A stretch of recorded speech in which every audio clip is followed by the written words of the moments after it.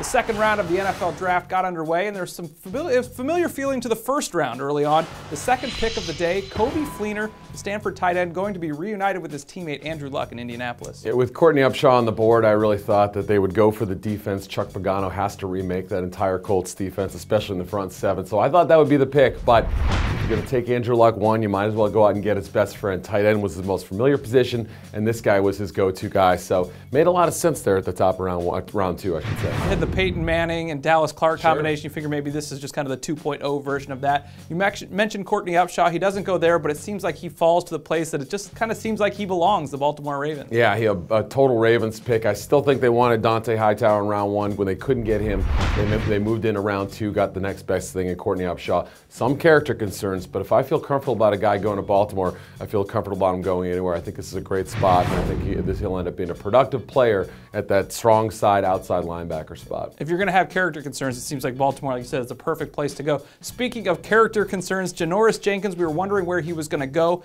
He ends up going to the Rams. They have a bunch of picks here in the second round. They take him, and Jeff Fisher, familiar with troublesome corners. Yeah, it was funny. They asked him about it when the media first talked to him at St. Louis. They said, are you like Pac-Man Jones? He said, I didn't shoot nobody in a club. And I said, well, I guess that's a good point, But there's no question that Jenkins has turned some teams off during the interview process. When they watch him on tape, they see a sticky cover corner.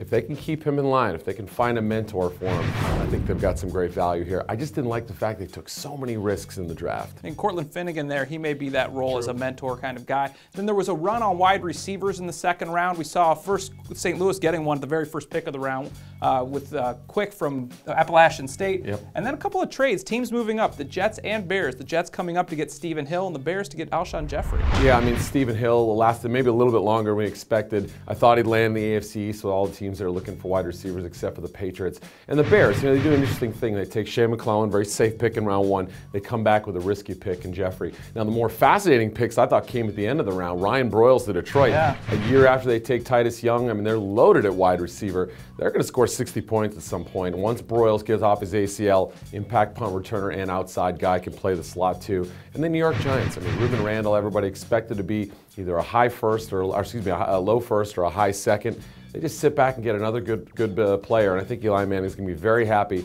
Fewer questions with that number 3 wide receiver spot. It's nice to be picking at the end of the round. You can just wait for the guys to come down. The talent's there, and you take them. That's what happened with both Detroit and the Giants. That's just some of what's happened in round two. We'll have more for you right here at ProFootballWeekly.com.